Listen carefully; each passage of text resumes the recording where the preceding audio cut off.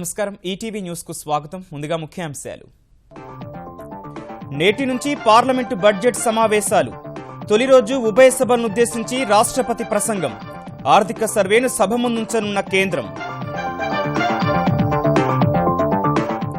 10వ షెడ్యూల్ సంస్థలను జనాభా నిష్పత్తిలో పంచాల్సిందేనన్న ఆంధ్రప్రదేశ్. సుప్రీం తీర్పు అమలు చేయాలని కేంద్రానికి లేఖ. కృష్ణా బోర్డు పూర్తి స్థాయి సమావేశం ఏర్పాటుకు తెలంగాణ డిమాండ్. ఏపీ కేటాయింపులకు మించి నీరు వాడుకుందని ఫిర్యాదు. తమకు 25 టీఎంసీలు కావాలని వినతి. స్వరాష్ట్రంలో తొలి ఎత్తిపోతల పథకాన్ని ప్రారంభించనున్న తెలంగాణ. నేడు కేసీఆర్ చేతుల మీదుగా భక్తరామదాసు ప్రాజెక్టు జాతికి అంకితం. రాయలసీమలో ఉద్యాన సాగుకు ప్రాధాన్యం ఇవ్వాలన్న చంద్రబాబు. ఎరువులు విత్తనాల పంపిణీలో నగదు రహిత విధానం అమలుకు ఆదేశాలు. వలసల నిరోధ చర్యల్లో విద్యార్థులు ఉద్యోగులపై గురిపెట్టిన ట్రంప్. H1B, L1 వీసాల సమీక్షకు సమాయత్తం. ఇప్పటికే ఉన్నవారి వివరాల తనిఖీలకు నిర్ణయం.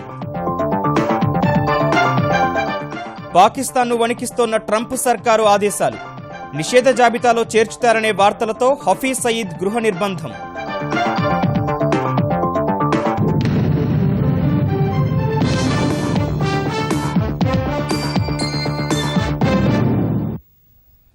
పెద్ద నోట్ల రద్దు తర్వాత మొదటి పద్దును ప్రవేశపెట్టే పార్లమెంటు బడ్జెట్ సమావేశాలకు రంగం సిద్ధమైంది.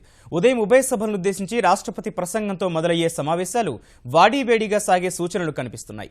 బడ్జెట్ తేదీని ముందుకు జరపడం, పెద్ద నోట్ల రద్దు వంటి అంశాలపై కేంద్రాన్ని నిలదీస్తామని ప్రతిపక్షాలు స్పష్టం చేయగా, రాజకీయాలకు అతీతంగా చర్చలో పాల్గొనాలని ప్రభుత్వం కోరింది. పెద్ద నోట్ల రద్దు, వస్తు సేవల పన్ను విధానం అమలుకు రంగం సిద్ధం కావడం వంటి కీలక పరిణామాల నేపథ్యంలో గత సంప్రదాయాల్ని పక్కన పెడుతూ ఎన్డీఏ ప్రభుత్వం నెల రోజుల ముందుగానే నిర్వహిస్తున్న బడ్జెట్ సమావేశాలు నేటి నుంచి ప్రారంభం కానున్నాయి. తొలి రోజైన ఇవాళ పార్లమెంటు ఉభయ సభల్ని ఉద్దేశించి రాష్ట్రపతి ప్రణబ్ ముఖర్జీ ప్రసంగిస్తారు. అనంతరం ఆర్థిక సర్వేను ప్రభుత్వం సభ ముందు ఉంచుతుంది. రేపు సార్వత్రిక బడ్జెట్ను కేంద్ర ఆర్థిక మంత్రి అరుణ్ జైట్లీ లోక్సభలో ప్రవేశపెడతారు. రైల్వే బడ్జెట్ను సార్వత్రిక బడ్జెట్లోనే విలీనం చేసి ప్రణాళికేతర వ్యయాలన్న వ్యత్యాసం లేకుండా సరికొత్త పద్ధతిలో జైట్లీ తీసుకురానున్న పద్దుపై సర్వత్రా ఆసక్తి నెలకొంది. మొత్తం 2 దఫాలుగా బడ్జెట్ సమావేశాలు జరగనుండగా ఫిబ్రవరి 9 వరకు జరిగే తొలి విడతలో ప్రధానంగా బడ్జెట్, రాష్ట్రపతి ప్రసంగానికి ధన్యవాదాలు తెలపడంపైనే చర్చ జరగనుంది. మార్చి 9 నుంచి ఏప్రిల్ 12 వరకు జరిగే 2వ దఫా సమావేశాల్లో ఇతర రాజకీయ అంశాలు చర్చకు వచ్చే అవకాశం ఉంది. ప్రభుత్వం, సభాపతి వేర్వేరుగా ఏర్పాటు చేసిన అఖిలపక్ష సమావేశాల్లో విపక్షాలు ఈ మేరకు ఇప్పటికే సంకేతాలివ్వగా సమావేశాలు సాఫీగా సాగుతాయని లోక్సభ స్పీకర్ ఆశాభావం వ్యక్తం చేశారు.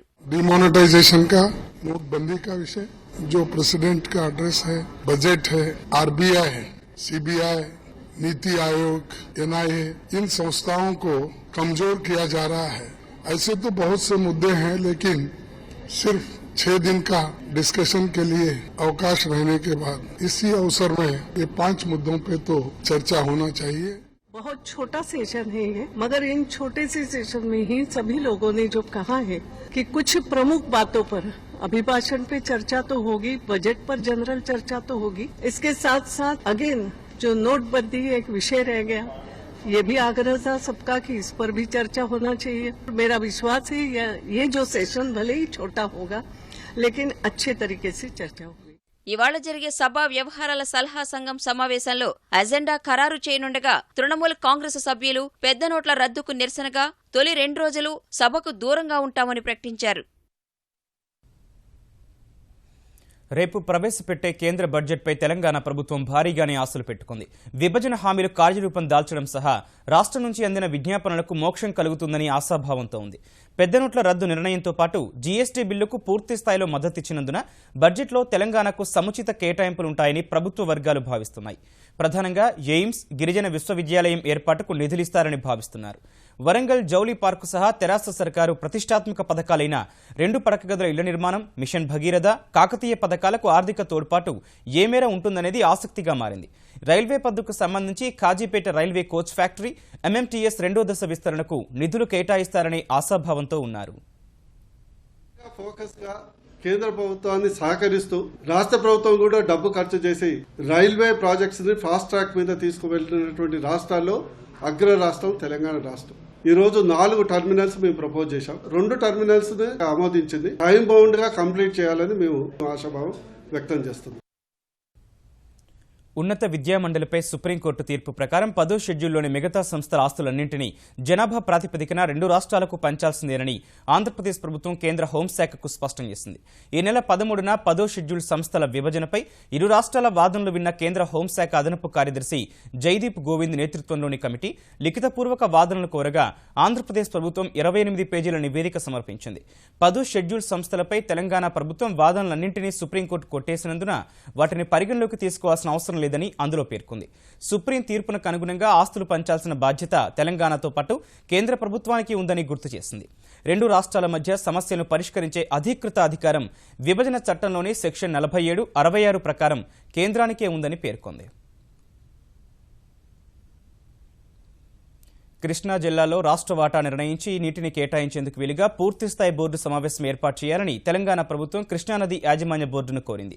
ఈ మేరకు బోర్డు సభ్య కార్యదర్శికి లేఖ రాసిన నీటిపారుదల శాఖ ఇంజనీర్ ఇన్ చీఫ్ మురళీధర్ యాసంగి సాగునీటి అవసరాలతో పాటు మే వరకు తాగునీటి కోసం 25 శతకోటి ఘనపటడుగుల నీరు అవసరమని లేఖలో పేర్కొన్నారు. ఇదే సమయంలో ఆంధ్రప్రదేశ్ ఇప్పటికే కేటాయింపులకు మించి నీరు వాడుకుందని లేఖలో ఫిర్యాదు చేశారు. ఆంధ్రప్రదేశ్ 278.162 టీఎంసీలు కేటాయిస్తే ఇప్పటికే 3.503 టీఎంసీలు వాడుకుందని, తెలంగాణకు 162.546 టీఎంసీలు కేటాయిస్తే 137.115 టీఎంసీలు మాత్రమే వినియోగించుకున్నామని లేఖలో వివరించారు. దీని ప్రకారం ఆంధ్రప్రదేశ్ 25 టీఎంసీలు ఎక్కువగా, తెలంగాణ 25 టీఎంసీలు తక్కువగా వాడుకుందని తెలిపారు. ఖమ్మం జిల్లా పాలేరు నియోజకవర్గంలోని రైతుల సాగు, తాగునీటి కష్టాలు తీర్చేందుకు రికార్డు స్థాయిలో 11 నెలల్లో పూర్తి చేసిన భక్తరామదాసు ఎత్తిపోతల పథకాన్ని తెలంగాణ ముఖ్యమంత్రి కేసీఆర్ ఇవాళ జాతికి అంకితం చేయనున్నారు. 4 మండలాల పరిధిలో 60,000 ఎకరాలను సస్యశ్యామలం చేసే ఈ పథకాన్ని కూసుమంచి మండలం ఎర్రగట్టు తాండా వద్ద స్విచ్ ఆన్ చేసి లాంఛనంగా ప్రారంభిస్తారు. అనంతరం మంత్రులు హరీష్, తుమ్మల నాగేశ్వరరావుతో కలిసి తిరుమలాయపాలెం మండలం ఇస్లాబాద్ తండా వద్ద ఎత్తిపోతల పథకం నుంచి సాగర్ కాలువలోకి వెళ్తున్న నీటికి పూజలు చేస్తారు. అనంతరం బహిరంగ సభలో పాల్గొంటారు. భక్తరామదాసు పుట్టినరోజున ఆయన పేరుతో చేపట్టిన పథకాన్ని ప్రారంభించడంపై హర్షం వ్యక్తం చేసిన మంత్రి తుమ్మల నాగేశ్వరరావు కేసీఆర్కి కృతజ్ఞతలు తెలిపేందుకు రైతులు భారీగా తరలివస్తారని తెలిపారు. రాబోయే ప్రాజెక్టులకి భక్తరామదాస్ ఒక ప్రేరణగా నీటిపారుదల రంగంలో నిలిచిపోయేదానికి ఈ యొక్క నియోజకవర్గాన్ని కృష్ణా జలాలతోటి పునీతం చేయటానికి దశాబ్దాల కాలంగా అష్టకష్టాలు పాలవుతున్నటువంటి రైతాంగాన్ని ఆదుకోవటానికి ముఖ్యమంత్రి గారు వస్తున్నారు. రాయలసీమలో ఉద్యాన సాగుకు అధిక ప్రాధాన్యతనివ్వాలని ఆంధ్రప్రదేశ్ ముఖ్యమంత్రి చంద్రబాబు నాయుడు అధికారులను ఆదేశించారు. రాష్ట్రంలో పెద్ద ఎత్తున నర్సరీలు అభివృద్ధి చేసి వాటికి అవసరమయ్యే విత్తనాలు అందించాలని సూచించారు. రైతులకు జూన్ కల్లా భూసార ఆరోగ్య కార్డుల పంపిణీని పూర్తి చేయాలన్నారు. పంట తెగుళ్లు తట్టుకుని అధిక దిగుబడులిచ్చే మేలు రకం విత్తనాల పరిశోధనకు రాష్ట్రంలో విత్తన విశ్వవిద్యాలయం ఏర్పాటుకు ఆలోచన చేయాలని వ్యవసాయ శాఖపై నిర్వహించిన సమీక్షలో సూచించారు. రుతుపవనాలు అనుకూలించక రబీలో సాధారణ కంటే పంట విస్తీర్ణం తగ్గిందన్న బాబు వర్షాభావ ప్రాంతాల్లో జూన్, జూలైలో ఆరుతడి పంటలు వేస్తే 2 పంటల సాగుకు అవకాశం ఉంటుందన్నారు. ఖరీఫ్లో ఆధార్ బయోమెట్రిక్ వ్యవస్థ ద్వారా విత్తనాలు పంపిణీ చేయాలన్న చంద్రబాబు వ్యవసాయ యాంత్రీకరణను మరింత ప్రోత్సహించేలా నిధుల కేటాయింపులు పెంచాలన్నారు. పంట నష్టపోయిన రైతులకు 45 రోజుల్లోగా పరిహారం అందేలా చర్యలు చేపట్టాలన్నారు. బడ్జెట్లో కేటాయించిన నిధులు ఖర్చులు చేయకుండా కొన్ని శాఖలు మళ్లీ అదనంగా నిధులు కోరడం సమంజసం కాదని ఆంధ్రప్రదేశ్ ఆర్థిక మంత్రి యనమల రామకృష్ణుడు ఆక్షేపించారు. సచివాలయంలో వివిధ శాఖల అధికారులు, మంత్రులతో సమీక్షించిన ఆయన వ్యవసాయం, పౌర సరఫరాలు, బీసీ, సాంఘిక సంక్షేమ, ఆబ్కారీ, రవాణా, రోడ్లు, భవనాల శాఖలు గతేడాది మంజూరు చేసిన నిధులను పూర్తి స్థాయిలో ఖర్చు చేయలేదన్నారు. ఈసారి కూడా సంక్షేమ రంగానికి అధిక నిధులిస్తామని, కేంద్రం నుంచి 2 రాష్ట్రాలకు ఇచ్చే నిధుల వాటాను బదలాయిస్తామని తెలిపారు.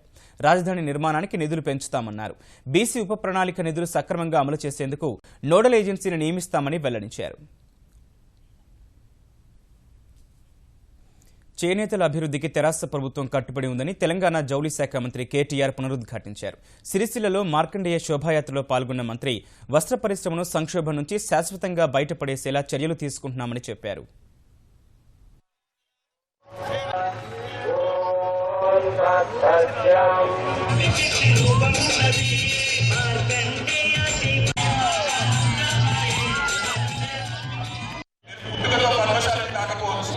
మీరందరూ కూడా తప్పకుండా ఈయన కూడా మావాడే అనే విధంగా ఫిబ్రవరి నెలలోనే ముఖ్యమంత్రి గారు కూడా సిరిసిల్లకు వచ్చి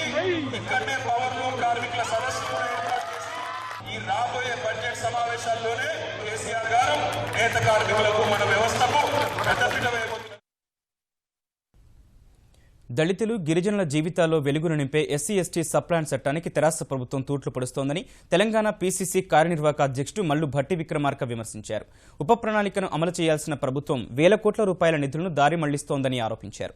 ఎస్సీ ఎస్టీ సప్లాన్పై కేసీఆర్ ప్రభుత్వాన్ని తాము అభినందించామని వచ్చిన వార్తల్లో నిజం లేదన్న భట్టి అసెంబ్లీ వేదికగా కాంగ్రెస్ పార్టీ లేవనెత్తిన ప్రశ్నలకు ప్రభుత్వం నేటికీ సమాధానం చెప్పలేదని మండిపడ్డారు.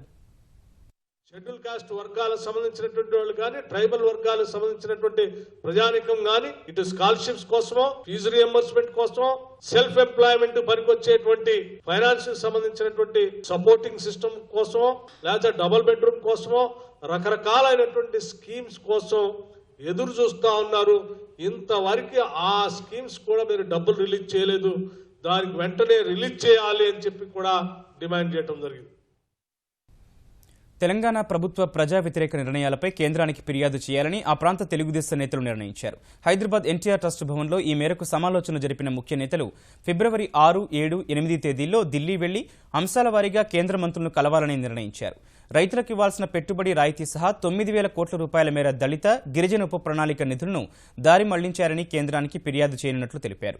కేసీఆర్ కనీసం సచివాలయానికి రాకుండా ప్రగతి భవన్ నుంచే పాలన సాగిస్తున్నారన్న నేతలు ప్రభుత్వ వైఫల్యాలపై ఫిబ్రవరి 11న కొల్లాపూర్లో, 15న గజ్వేల్లో, 20న నిర్మల్లో బహిరంగ సభలు నిర్వహించనున్నట్లు వెల్లడించారు. ఫిబ్రవరి 5వ తేదీన హైదరాబాద్ శిల్పకళా వేదికలో కాకతీయం పేరిట తెలంగాణ రాష్ట్రానికి ప్రత్యేక నృత్యాన్ని ఆవిష్కరిస్తున్నామని తెలంగాణ సాంస్కృతిక శాఖ మంత్రి చందూలాల్ తెలిపారు. తెలంగాణ చారిత్రక అస్తిత్వాన్ని కాపాడటం సహా ప్రత్యేక నృత్యం ఉంటుందని ప్రపంచానికి చాటి చెప్పేందుకే దీన్ని నిర్వహిస్తున్నట్లు వెల్లడించారు. సుమారు 150 మంది నర్తకీమణులు ఇందులో పాల్గొంటారని తెలంగాణ సాంస్కృతిక శాఖ కార్యదర్శి బుర్రా వెంకటేశం చెప్పారు. ఇప్పుడు ఈ ప్రాంతంలో అతి గొప్ప నృత్య గ్రంథం ఏంటంటే జయప్రసేన రచించిన నృత్య రత్నావళి అనే ఒక గ్రంథం ఉంది. 13th సెంచరీలో ఆయన రాశారు. అంత గ్రేట్ బుక్ అది. మనకుంటే భరతనాట్యం కంటే ముందు బుక్ అది. సో దాంట్లోకి వెళ్ళి ఒక్కొక్క డాన్స్ ఫామ్ ని బయటికి తీసుకొని రావడం. రామప్ప టెంపుల్ చూస్తే అక్కడ ఉండే భంగిమలు చూస్తే they are wonderful dance poses, నృత్య భంగిమలే. వీటిని అన్నింటినీ స్టడీ చేసి కొత్త డాన్స్ ఫామ్ ని తెలంగాణ ప్రభుత్వం ఇంట్రడ్యూస్ చేయబోతోంది. హైదరాబాద్ మహానగర పరిధిలో ఇక నుంచి వాహనాలను ఎవరు రోడ్డుపై కడిగినా ఆయా వాహనాలను జప్తు చేస్తామని హైదరాబాద్ మహానగర పాలక సంస్థ మేయర్ బొంతు రామ్మోహన్ హెచ్చరించారు. స్వచ్ఛ సర్వేక్షణలో భాగంగా నగరంలోని వివిధ బస్తీల్లో పాదయాత్ర చేస్తూ ప్రజల్లో అవగాహన కల్పిస్తోన్న ఆయన రోడ్లపై ఎక్కడ పడితే అక్కడ చెత్త వేయడం, వాహనాలు కడగడం వల్ల పర్యావరణం కలుషితమవుతోందని ఆందోళన వ్యక్తం చేశారు. ఈ వైఖరి మార్చుకోవాలని కోరారు. చేసిన రోడ్లు కానీ మరి ఇంటర్నల్ పైప్ లైన్లు కానీ మరి మీ దగ్గర మరి గలీజ్గా మరి తయారయ్యే ఈ రోడ్లలో బొందలు కానీ ఇవన్నీ కూడా లేకుండా ఉండాలంటే మరి రోడ్ల మీద బండ్లు కడగడం, రోడ్ల మీద కార్లు కడగడం, ఇల్లు కడగడం, ఇంటి ముంగట ఆకిళ్ళు కడగడం, ఆ నీళ్లు మరి మెయిన్ రోడ్ల మీదకి వచ్చి రోడ్డు డ్యామేజ్ అవుతుంది. కాబట్టి దయచేసి మీరు ఇలా చేయొద్దని చెప్తే మనం రోడ్ల మీద పరిసర ప్రాంతాలు కన్స్ట్రక్షన్ డెబ్రీస్ కానీ మరి చెత్త కుప్పలు కానీ మరి లేకుండా మరి చూడమని చెప్పడం జరిగింది. రైతు సంక్షేమాన్ని తెలుగుదేశం ప్రభుత్వం పట్టించుకోవడం లేదని వైకాపా అధినేత జగన్ మండిపడ్డారు. కృష్ణా జిల్లా బాపులపాడు మండలంలోని పలు గ్రామాల్లో వైరస్ వల్ల దెబ్బతిన్న మినుము పంటను పరిశీలించిన జగన్ రైతులకు పరిహారం చెల్లించాలని డిమాండ్ చేశారు. ఒకవైపునేమో పట్టిసీమ నుంచి 40 టీఎంసీలు నీళ్లు తీసుకొచ్చినాము అని చెప్పి ఒకవైపున చెప్తాడు. మరోవైపున ప్రకాశం బ్యారేజ్ కిందికి దిగువకు 55 టీఎంసీలు నీళ్లు సముద్రంలోకి కలుపుతాడు. మరి ఇదే చంద్రబాబు నాయుడు గారు నీళ్లు ఏం తెచ్చినాడు? తెచ్చిన నీళ్లు సముద్రంలో కలుపుతా ఉన్నాడా లేకపోతే రైతులకు ఇస్తా ఉన్నాడా అని చెప్పి నిదర్శనం చెప్పడానికి ఈ మినుము పంట చూపిస్తా ఉన్నాడు.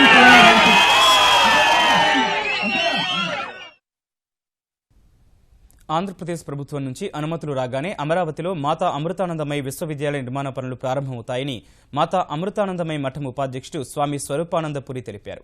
మొత్తం 7 ఏళ్లలో విశ్వవిద్యాలయాన్ని అభివృద్ధి చేస్తామన్న ఆయన ప్రభుత్వం భూ కేటాయింపులు చేయగానే పనులు ప్రారంభిస్తామని విజయవాడలో తెలిపారు. We have a proposal and we are still working on it. I think the government is also working on that proposal, but things are moving. Things are moving in the right direction, and sooner or later, we hope that it will become a reality. హైదరాబాద్లో మాదక ద్రవ్యాల సరఫరా చేస్తున్న ముఠాను task force పోలీసులు పట్టుకున్నారు. వారిలో దక్షిణాఫ్రికా, Ghana దేశాలకు చెందిన మండేలా జేమ్స్, డ్రాక్ ఓవెన్లతో పాటు తెలుగు సినీ నటుడు అభిషేక్ కుమార్ ఉన్నట్లు టాస్క్ ఫోర్స్ డీసీపీ లింబారెడ్డి తెలిపారు. ఈ ముఠా సభ్యులు అభిషేక్ జూబ్లీహిల్స్ చెక్పోస్ట్ వద్ద మాదక ద్రవ్యాలు విక్రయిస్తుండగా పట్టుకుని వారి నుంచి 370 గ్రాముల కొకైన్, 46,000 రూపాయల నగదు, ఫోర్డ్ కారు, ఒక మోటార్ సైకిల్, 12 సెల్ ఫోన్లను స్వాధీనం చేసుకున్నట్లు వెల్లడించారు. ఈ అభిషేక్, శ్రీనివాసులు ఇదివరకు కూడా ఎస్ఆర్ నగర్ పోలీస్ స్టేషన్లో 2012లో ఈ డ్రగ్స్ కేసులో పట్టుబడ్డారు. వీళ్ళపైన కేసు ఛార్జ్షీట్ చేయడం జరిగింది. ఆ కేసు నడుస్తుంది. మిగతా వాళ్ళు కన్జ్యూమ్ చేస్తూ మరియు వారి యొక్క ఫ్రెండ్స్కి కూడా షేర్ చేయడం జరిగింది. పబ్లిక్ అప్పీల్ చేసేది ఏంటంటే ఎటువంటి ప్లేసెస్లో ఏదైనా ఇన్ఫర్మేషన్ ఉంటే కూడా మా టాస్క్ ఫోర్స్కు ఈ యొక్క సమాచారాన్ని ఇస్తే తప్పకుండా డ్రగ్స్ దాంట్లో పట్టుకొని ఈ హైదరాబాద్ సిటీని డ్రగ్ ఫ్రీ సిటీ చేయాలన్న కమిషనర్ గారి ఉద్దేశాన్ని మరియు చేస్తామని. తిరుమలలో బాలిక అపహరణ ఉదంతం సుఖాంతమైంది. 2 రోజుల క్రితం తిరుమల వసతి గృహ ఆవరణలో తల్లిదండ్రులతో కలిసి నిద్రిస్తుండగా అపహరణకు గురైన నవ్యశ్రీ ఆచూకీ మహబూబ్నగర్ జిల్లాలో లభ్యమైంది. అర్ధరాత్రి ముసుగు ధరించి బాలికను ఎత్తుకెళ్లిన రంగారెడ్డి జిల్లా అంతారం గ్రామానికి చెందిన బాలస్వామి మిడ్జిల్ నుంచి కల్వకృతి వైపు ఆర్టీసీ బస్సులో వెళ్తూ దొరికిపోయాడు.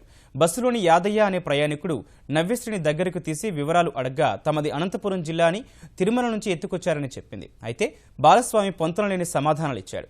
బస్సును నేరుగా మిడ్జిల్ పోలీస్ స్టేషన్కు తీసుకెళ్లిన ప్రయాణికులు చిన్నారిని, నిందితుడైన బాలస్వామిని పోలీసులకు అప్పచెప్పారు. తనకు పిల్లలు లేరని, భార్య వదిలేసిందని, పెంచుకునేందుకే అపహరించినట్లు బాలస్వామి విచారణలో చెప్పాడు. వలసల నిరోధంపై గురిపెట్టిన అమెరికా అధ్యక్షుడు ట్రంప్ మరిన్ని ప్రకంపనలు సృష్టించేందుకు సిద్ధమయ్యారు. 7 ఇస్లామిక్ దేశాల నిషేధంపై విమర్శలు వెల్లువెత్తుతున్న వెరవని ట్రంప్ ఇప్పుడు H-1B, L-1 వీసాలపై సమీక్షకు నిర్ణయించారు. అటు ఉగ్రవాదంపై చర్యలు తీసుకోకపోతే పాకిస్తాన్ కూడా నిషేధిత జాబితాలో చేర్చుతారనే సంకేతాలతో ఆ దేశం జమాత్ ఉద్ దవా అధినేత హఫీజ్ సయీద్ను గృహ నిర్బంధం చేసింది. 7 ముస్లిం దేశాల పౌరులు అమెరికాలో ప్రవేశించకుండా నిషేధిస్తూ కార్యనిర్వాహక ఉత్తర్వును జారీ చేసిన అమెరికా కొత్త అధ్యక్షుడు డొనాల్డ్ ట్రంప్ మరో బాంబు పేల్చేందుకు సిద్ధమయ్యారు. H-1B, L-1 వీసాలపై ఆంక్షలు విధిస్తూ త్వరలోనే నిర్ణయం తీసుకోనున్నారు. దీనిపై ఇప్పటికే ముసాయిదా సిద్ధమవగా కొన్ని వివరాలు బయటకు పొక్కాయి. కొత్తగా వచ్చేవారిపైనే కాకుండా ఇప్పటికే చట్టబద్దంగా H-1B, L-1 వీసాలపై వచ్చిన విదేశీయులు చట్ట నిబంధనల ప్రకారమే నడుచుకుంటున్నారో లేదో ప్రత్యక్షంగా తనిఖీ చేయాలని అంతర్గత భద్రత, కార్మిక శాఖలను ఆదేశిస్తూ ఒక ఎగ్జిక్యూటివ్ ఉత్తర్వును ట్రంప్ ప్రభుత్వం సిద్ధం చేసింది. అమెరికాలో విదేశీ ఉద్యోగుల్లోనూ, విద్యార్థుల్లోనూ H-1B, L-1 వీసాల ద్వారా వెళ్లిన భారతీయుల సంఖ్య భారీగా ఉంది. ఇప్పుడు ఆ వీసాల సమీక్షకు సిద్ధమవడంతో H-1B వీసాల గల వారి జీవిత భాగస్వాములు అమెరికాలో ఉద్యోగం చేసేందుకు అనుమతినిస్తూ ఒబామా సర్కారు తీసుకున్న నిర్ణయం కూడా రద్దు కానుంది. మరోవైపు ఉగ్రవాద నిరోధమే లక్ష్యంగా ఇస్లామిక్ దేశాలపై అమెరికా అధ్యక్షుడు ట్రంప్ విధించిన నిషేధం పాకిస్తాన్ను వణికిస్తోంది. ముంబై దాడుల సూత్రధారి జమాతే దవా తీవ్రవాద సంస్థ అధినేత హఫీజ్ సయీద్ను పాకిస్తాన్ గృహ నిర్బంధం చేసింది. పాకిస్తాన్లోని పంజాబ్ సర్కారు ఆదేశాల మేరకు లాహోర్ పోలీసులు సయీద్ గృహాన్ని దిగ్బంధించారు. అతని నివాసాన్ని ఉపకారాగారంగా ప్రకటించారు. వలసల నిషేధం వర్తించే జాబితాలో ఉగ్రవాద పాకిస్తాన్ను చేర్చవచ్చని శ్వేతసౌధం అధికారులు వెల్లడించారు. అమెరికా ఆంక్షల నుంచి తప్పించుకోవాలంటే సయీద్పై చర్యలు తీసుకోవాల్సిందేనని ట్రంప్ యంత్రాంగం పాక్కు ఇప్పటికే స్పష్టం చేయగా ఆ భయంతోనే పాక్ సయీద్ను గృహ నిర్బంధం చేసినట్లు తెలుస్తోంది. ట్రంప్ నిర్ణయాలపై నిరసనలు కొనసాగుతుండగా తాజాగా ఐక్యరాజ్య సమితి, శరణార్థుల హైకమిషన్ సహా మానవ హక్కుల విభాగం ట్రంప్ ఉత్తర్వులను తీవ్రంగా తప్పుపట్టాయి. మత వివక్ష సరికాదని మాజీ అధ్యక్షుడు ఒబామా విచారం వ్యక్తం చేశారు. తమ దేశంలో పర్యటించాలంటూ అమెరికా అధ్యక్షుడు డొనాల్డ్ ట్రంప్నకు బ్రిటన్ పంపిన ఆహ్వానాన్ని వెనక్కి తీసుకోవాలంటూ స్వచ్ఛంద సంస్థ వేసిన ఆన్లైన్ పిటిషన్పై 10 లక్షల మంది సంతకం చేశారు. దీనిపై బ్రిటన్ పార్లమెంటులో చర్చ చేపట్టాల్సిన అనివార్య పరిస్థితి తలెత్తగా ఈ విషయంలో వెనక్కి తగ్గలేమని బ్రిటన్ ప్రధాని థెరెసా మే స్పష్టం చేశారు. బ్రిటన్ ప్రతిపక్షాలు మాత్రం ట్రంప్ పర్యటనను వ్యతిరేకిస్తున్నాయి. భారతీయ జనతా పార్టీతో ఎట్టి పరిస్థితుల్లో పొత్తు పెట్టుకోబోమని ఎన్సీపీ అధినేత శరద్ పవార్ స్పష్టం చేశారు. శివసేన, భాజపా మధ్య దూరం పెరిగిన నేపథ్యంలో మహారాష్ట్రలో త్వరలో జరగబోయే స్థానిక సంస్థల ఎన్నికల్లో ఎన్సీపీ, భాజపా కలిసి సాగుతాయంటూ వస్తోన్న వార్తలను పవార్ తోసిపుచ్చారు. మతతత్వ పార్టీలతో కలిసే ప్రసక్తే లేదని తేల్చి చెప్పారు. నోట్ల రద్దుకు సంబంధించి ప్రధాని నరేంద్ర మోదీపై విమర్శలు గుప్పించిన శరద్ పవార్ నల్లధనాన్ని వెనక్కి తెప్పించడంలో విఫలమైన మోదీ ఆ అంశాన్ని పక్కదోవ పట్టించేందుకే పెద్ద నోట్లు రద్దు చేశారని వ్యాఖ్యానించారు. జూన్ 30లోగా పార్టీ సంస్థాగత ఎన్నికలు పూర్తి చేయాలని కాంగ్రెస్కు కేంద్ర ఎన్నికల సంఘం స్పష్టం చేసింది. 2015 సెప్టెంబర్ నాటికే సంస్థాగత ఎన్నికలు పూర్తి చేయాల్సిన కాంగ్రెస్కు గతంలో 2 సార్లు పొడిగింపించిన ఎన్నికల సంఘం ఇక కుదరదని తేల్చి చెప్పింది. 5 రాష్ట్రాల ఎన్నికల ప్రచారంలో పార్టీ నేతలు నిమగ్నమై ఉన్నారని, కొత్తగా ఎన్నికయ్యే కమిటీ సభ్యుల నియామకాలు పూర్తి చేసేందుకు జూలై 15 వరకైనా సమయం ఇవ్వాలని కాంగ్రెస్ చేసిన విజ్ఞప్తిని ఈసీ తోసిపుచ్చింది. ఎన్నికల సంఘం నిబంధనల ప్రకారం గుర్తింపు పొందిన రాజకీయ పార్టీలు ఏటా సంస్థాగత ఎన్నికలు నిర్వహించాల్సి ఉండగా కాంగ్రెస్ తమ పార్టీ రాజ్యాంగం ప్రకారం 5 ఏళ్లకోసారి నిర్వహిస్తోంది. ముఖ్యాంశాలు మరోసారి. నేటి నుంచి పార్లమెంటు బడ్జెట్ సమావేశాలు. తొలి రోజు ఉభయ సభలను ఉద్దేశించి రాష్ట్రపతి ప్రసంగం. ఆర్థిక సర్వేను సభ ముందుంచనున్న కేంద్రం. 10వ షెడ్యూల్ సంస్థలను జనాభా నిష్పత్తిలో పంచాల్సిందేనన్న ఆంధ్రప్రదేశ్. సుప్రీం తీర్పు అమలు చేయాలని కేంద్రానికి లేఖ. కృష్ణా బోర్డు పూర్తిస్థాయి సమావేశం ఏర్పాటుకు తెలంగాణ డిమాండ్. ఏపీ కేటాయింపులకు మించి నీరు వాడుకుందని ఫిర్యాదు. తమకు 25 టీఎంసీలు కావాలని వినతి. స్వరాష్ట్రంలో తొలి ఎత్తిపోతల పథకాన్ని ప్రారంభించనున్న తెలంగాణ. నేడు కేసీఆర్ చేతుల మీదుగా భక్తరామదాసు ప్రాజెక్టు జాతికి అంకితం. రాయలసీమలో ఉద్యాన సాగుకు ప్రాధాన్యం ఇవ్వాలన్న చంద్రబాబు. ఎరువులు, విత్తనాల పంపిణీలో నగదు రహిత విధానం అమలుకు ఆదేశాలు. వలసల నిరోధ చర్యల్లో విద్యార్థులు, ఉద్యోగులపై గురిపెట్టిన ట్రంప్. H1B, L1 వీసాల సమీక్షకు సమాయత్తం. ఇప్పటికే ఉన్నవారి వివరాల తనిఖీలకు నిర్ణయం. పాకిస్తాన్ను వణికిస్తోన్న ట్రంప్ సర్కారు ఆదేశాలు. నిషేధ జాబితాలో చేర్చుతారనే వార్తలతో హఫీజ్ సయీద్ గృహ నిర్బంధం.